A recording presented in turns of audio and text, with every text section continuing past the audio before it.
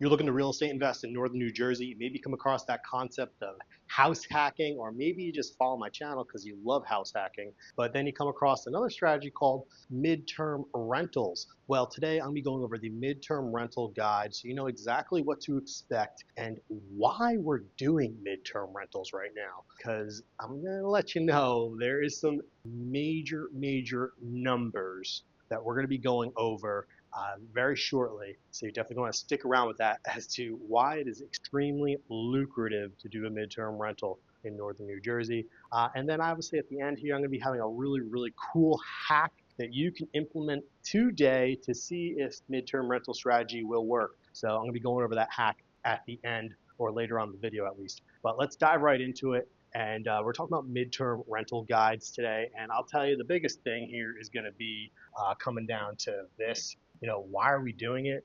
Obviously, why did you get into real estate investing to begin with? Probably because you want to get to some level of financial freedom. So you come up with a strategy. Maybe you want to be a house hacker. Like myself, my wife and I have house hacked all over northern New Jersey for over 10 years. I'm the house hacker realtor of northern New Jersey. Shawn McEnteer, you know that.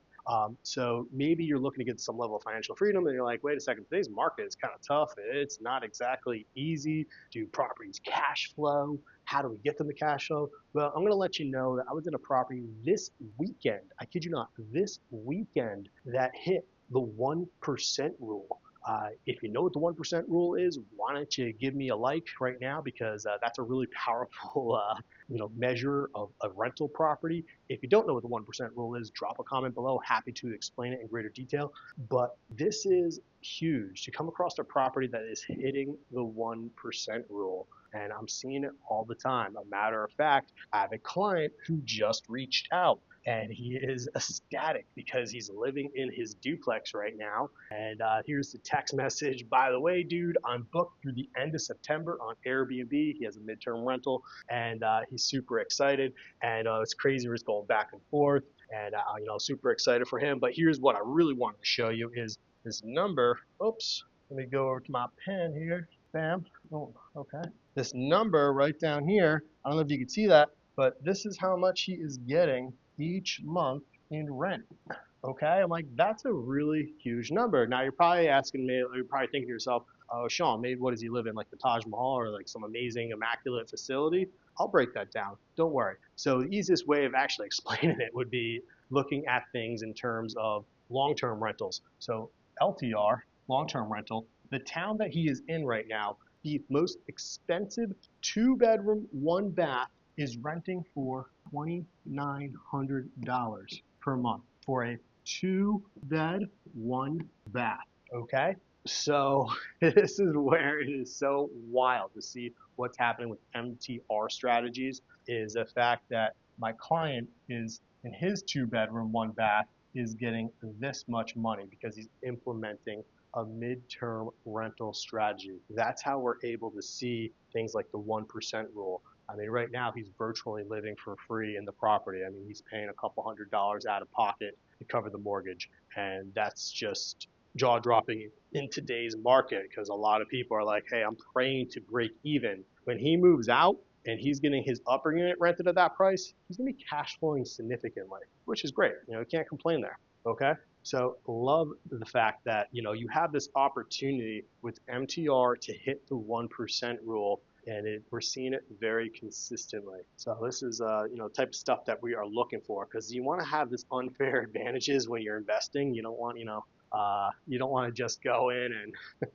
hope for the best on these things. But getting a 1% rule property, that's you just don't hear about it anymore. But we're seeing it now. Okay, so location wise, now this is everything midterm rental. So things change a lot. You see a lot of my videos when I'm talking long-term rentals, we're looking at let's say towns to avoid with LTR.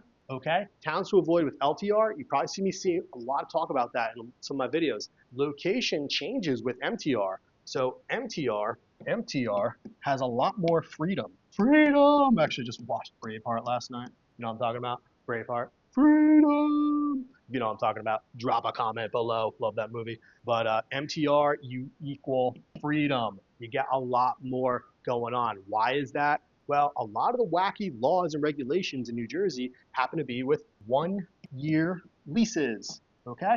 1-year leases, okay? 1 year and a greater is where the laws get crazy. Not easy to evict people. You can't just say, get out of my property if they're paying on time. Maybe they're the worst people, or maybe they're making a mess, but they're paying on time every month, okay? You got to keep them. Maybe your town has wacky rent increase laws. You can't you can't increase rents. They're paying on time. They might be stuck at that price for 20 years. Not cool. Don't want to deal with that. Because MTR are shorter stays, we're going to go, let's see here, 30 days or more. Okay. So what does that mean? You're probably going to be like 60 days, maybe 90 days. We do see some get up as much as half a year. People stand there, but because it's under 1 year, the people are moving out. You can raise rents much easier. You don't have to worry about crazy evictions. You don't have to worry about this stuff. What's so cool about it too, which I'll dive into later with Airbnb, actually, I'm gonna give this hack a little bit later too, is that there's a really, really awesome way of screening people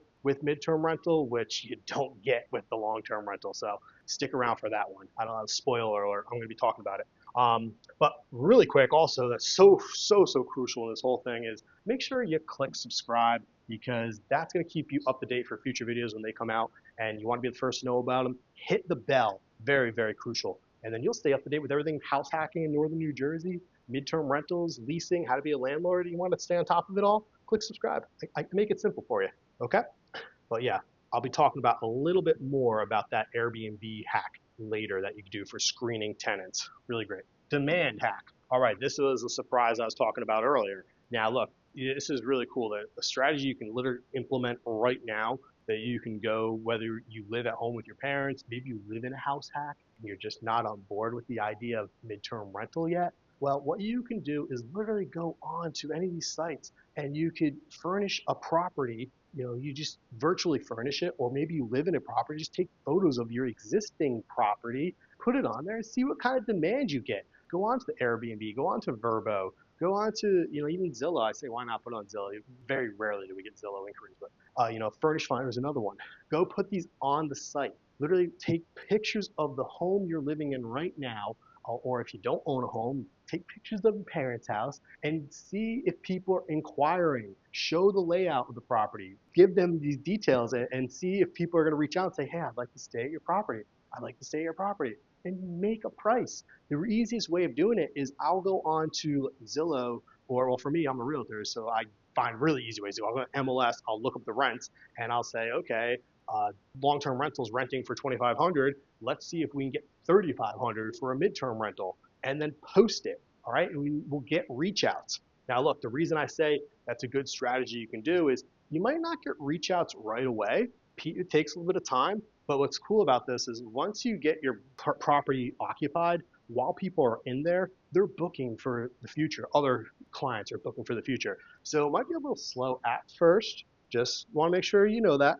But that's why we're doing test runs with this, to see the demand, to see if you're getting a lot of inquiries or not. You might get people right away saying, hey, I want to book for XYZ. I want to book in July. I want to book in March. I want to book in August, whatever it is. You want to do this. So the demand hack is just simply going on. You can just literally post a fake property, and just don't accept anyone. You'll get the inquiries. You'll see people are coming in, and you'll know exactly what you need to do. Now, look, if you have a vacant property, maybe you have old photos, there's another hack that you can do is you could do virtual staging on those photos, and so you get an idea of the expectation of people. Maybe you can stage it, maybe a little less expensive way, or maybe you can stage it where it's decked out to see if the inquiries go up. So we're doing a lot of stuff like that just to see the demand that people are coming to us for the property. And you'll see, the nicer you make a place, the more you can charge. So that's my little demand hack that I like to do.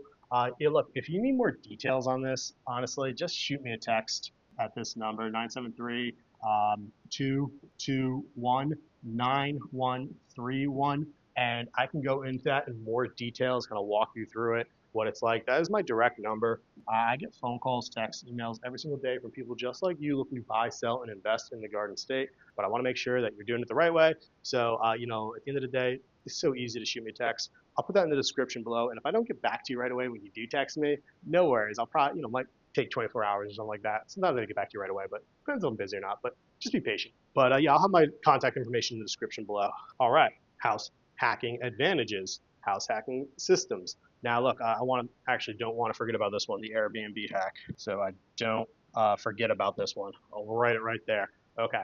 House hacking advantages. I mean, once again, house hacking is hands down the unfair advantage for northern New Jersey. I mean, in my opinion, it's the unfair advantage everywhere.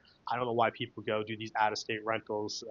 It's like even if you're living in an expensive state, you still need to live in that expensive state. So why not have someone pay a portion of the mortgage on the property you're living in? House hacking is such an unfair advantage, and it just got that much better because of midterm rentals and what we can do. I mean, I kid you not, I have clients that are virtually living for free, which we haven't heard about that in a long time. So imagine living in a property for free potentially because you're implementing strategies like this. I went into a property today that crushes the 1% rule. I mean, you're probably like 1.2, 1.1.5, maybe. It's insane, just getting some of these numbers. So going a little bit deeper now, if you are a house hacker or you're thinking about house hacking, you're definitely going to want to consider MTR because it's just going to get you some more income, which is great. But what's so good about this is figuring out the systems behind MTR becomes that much easier when you're house hacking because you're living there.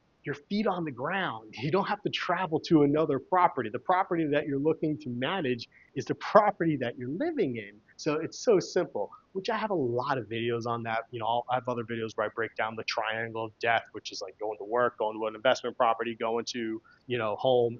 It's just not cool. But the fact that you're living in the house hack and you're figuring out how to manage an MTR becomes very, very simple. Figuring out some of the systems. I'm going to be going over that right now so it can make it even easier for you so you can accelerate. Airbnb was one of the ones that you do. But before you get there, you want to make sure that you furnish the property. So complete disclosure here. I want to make sure this is crystal clear. I paid the stupid tax investing. My wife and I did. We did things the wrong way. We did all the guessing. Now we want to remove the guesswork for you. We want to accelerate your journey. So that's why I make videos like this, is so you can be on the fast track. Furniture is huge. You want to obviously make sure you furnish the property. You're doing it the right way. That's where you can go back to the thing I said earlier. Maybe if you have a unit that's vacant and you're considering that MTR strategy, not sure, you can do some virtual staging and just see the demand you're getting. But the biggest thing here is that you are going to have to pay an expense. The furniture is not just going to appear in your property. You might have to do some garage selling. You might have to do some IKEA, whatever it is, because you're going to need to have beds. You're going to need to have tables, a lot of these things. So it's not exactly easier for you short term.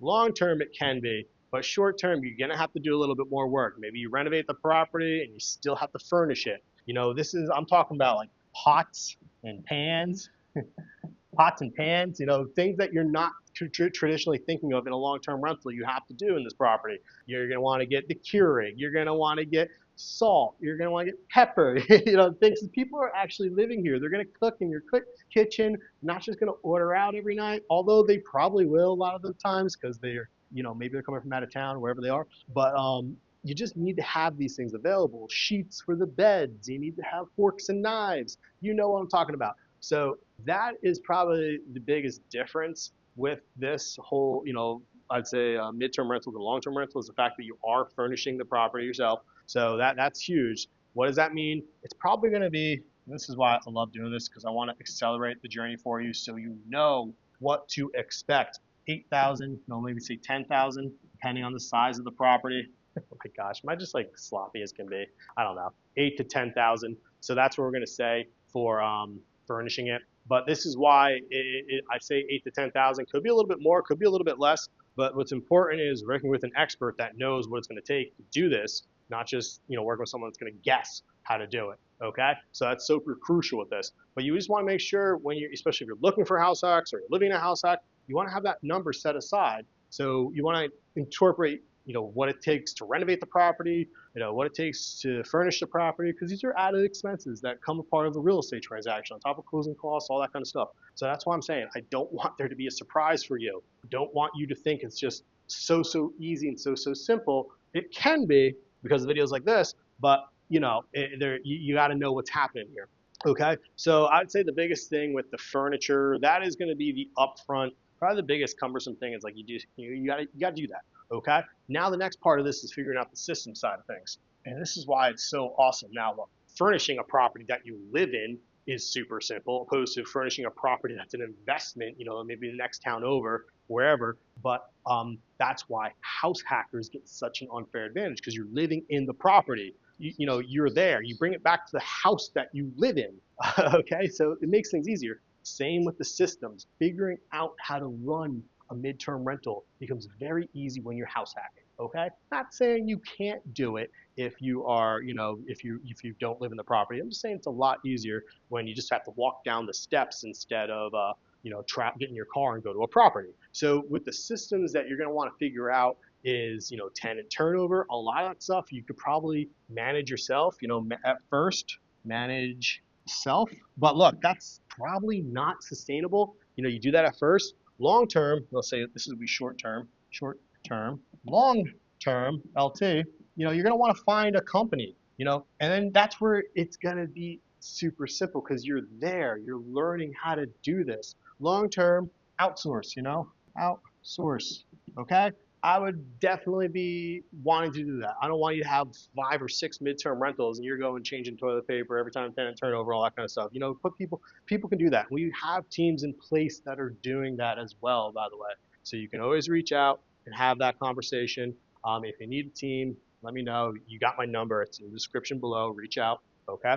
So always happy to share that with my clients and make it simple. So long term, you're going to want to outsource. Short term, you're okay doing it yourself to get an idea of things. That's why it's so crucial. House hacking this it's such an unfair advantage. You're living in one unit, figuring all these things out. Okay, really, really good. Now look, I had this Airbnb hack that I wanted to talk about. This one is freaking awesome. I mean, this is so good. So look, with long-term rentals, you've got to screen the tenants. You've got to, make sure they have their income, all this kind of stuff. Airbnb, it's like they kind of have everyone by the, I guess they got to have them, by the neck or whatever you want to say the analogy. But Airbnb, no one wants to get their ratings. Everyone wants to have high ratings, high rating. So Airbnb does the majority of the screening for you. You have let's say a five-star guest. Boom. They want to keep that 5-star. One bad review from you as the landlord to that guest that's a 5-star, they're done. It ruins. Airbnb on top of that has insurance in place. You can have renter's insurance as another extra level of protection, but you don't have to go through all the crazy screening that you might have to do for the long-term rental, all that kind of stuff. So that's one of the major hacks that I like about Airbnb, Verbo, and all these other places is that you can get people in there that are really, really high quality, and their stats are right there. No one wants to jeopardize it. It's like Google ad stats, Google stats for business. Everyone wants to have high rankings, and these people that are moving property to property, whether they're a traveling nurse, whether they're a business professional, it's great. Kind of going back to location really quick, almost forgot to talk about this one on here is what's the locations that are working great. We're seeing, the metro, let's say metro area, you don't want to change that up. Metro, metropolitan areas where you're close to, train stations, you're close to bus lines, that's always gonna be positive. We're seeing more urban areas tend to be good for this. And the crowd that we're getting, the clientele that we're getting is a lot of business professionals, pro. That tends to be number one. I'd say number one, business pro. So people going to NYC, NYC, boom, that's huge. So that proximity is great. Boom. Having easy access to the city, that's a huge one for the clientele that you're looking to attract. I've got a lot of people. This one's actually huge too. Renovations, reno. So what does that mean? People that are they're actually renovating their house are now going to say, hey, I don't want to live in the renovation. Let's just go live locally in a midterm rental. So what does that have to do with location? Well, look, if you're out in the middle of nowhere, you're in the middle of the woods, there's probably not many people renovating. There's probably not much with business, So you want to be in more urban areas. I suggest closer proximity to NYC, to like the Essex County, the Bergen County, Union County, Hudson, all those places. You're going to see a lot more success with the MTR strategy because you're really good at attracting business professionals. Fun story, actually. I have a client who has a rental at the Jersey Shore. He does short term for 3 months of the year, and then he does midterm the rest of the year.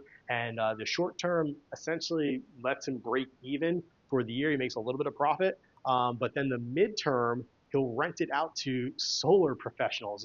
That was one of his clients last year. He had solar panel guys from Texas coming and selling solar panels, put on your house and everything like that. And that allowed him to crush the numbers for the year because you go to these beach towns and they're kind of desolate come the winter months. No one wants to go to the beach when there's snow on the ground. So what do you do with your property? Having a midterm rental strategy.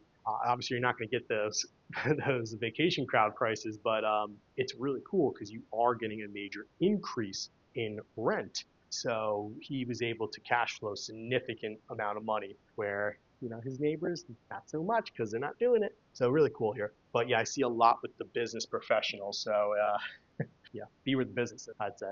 You hear the story with the traveling nurses, that's a thing, but it's not so big anymore because that was like a major COVID thing. What's cool about now is you get a lot of remote workers. So you're not even just business professionals coming for their actual work, just people that work remote that want to explore a new area. Say, hey, I'm going to want to check out New York City. Let's go to the suburbs of New Jersey so we can check out the city on the weekends and all that kind of stuff. So we're seeing a lot of that. Man, a lot going on here. I love this. Hey, 1% rule. Come on. I want to see you hitting the 1% rule. Make sure you click subscribe so you stay up to date for more videos like this and everything like that. And then obviously I'm gonna have a video right here. It's gonna be probably something house hacking related. You know me. I'm always into house hacking. So, but yeah, for anything more with MTR, make sure you reach out and click subscribe so you can know the next one. We'll see you.